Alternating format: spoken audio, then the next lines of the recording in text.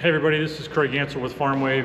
We've had a lot of questions about different tutorials that we would have available for the Harvest Vision system, and we had a lot of requests on showing different components and how the system works. So I wanted to take a moment today to actually show the components and the pieces, how they would fit on different headers and on the machine itself. So this is our camera system. As you can see, magnet mounted. This is a 105-pound pole magnet, and when we do stick it to the machine here in a few seconds, you really want to try to get the whole surface of the magnet up against some metal.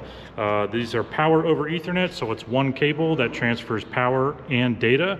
And yes, we realize it's a little bit snug in there to try to get in and disconnect, but it's really rather doable. This is a weatherproof connector, keeps it watertight. Can adjust without tools with kind of a bicycle type mount that allows it to pivot and tighten down on the back of the header or on the rear of the machine. So obviously you got different make model headers. This on this bean head, this is a Macdon FD240 flex draper head. So this one, this one has plastic up here where some others have had, metal. This is aluminum, so the magnet doesn't stick. People have asked, can I take the magnet off and bolt it directly? Absolutely. If you want to do that, you sure can. On this particular header, a nice flat area right here. This, well, you can hear it and feel it pull where it sticks right to it.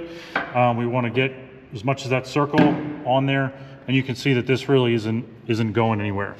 One of the other questions we get is, where are the cameras pointed? Well, on the header, your cameras are pointed down at the ground, and anywhere from 18 to 36 inches. Again, depending on the make model header and where you have the camera mounted, you want it looking pretty much directly down at the ground and maybe a little bit of a tilt backwards like that, so that it's looking down.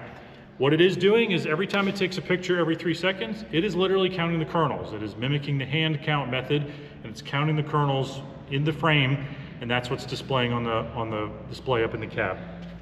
The one on the rear of the machine, we'll get to in a little bit. That one's actually pointed upwards, and that one is catching grain in flight coming out of the rear of the combine. When you do connect it, we suggest the Ethernet cable just following your typical electrical hydraulic lines, tucking everything away as you want to do it, as it fits your make model header, and then coming through over to where we will have a disconnect. This camera over here, you can see we chose the exact same spot on this side of the header. This one is just pointed out a little bit, but we would connect on the back, follow your lines, go across, and we put our disconnect right where the regular disconnect is on the header. So everything will be on this side. And we'll get to the disconnect in just a minute.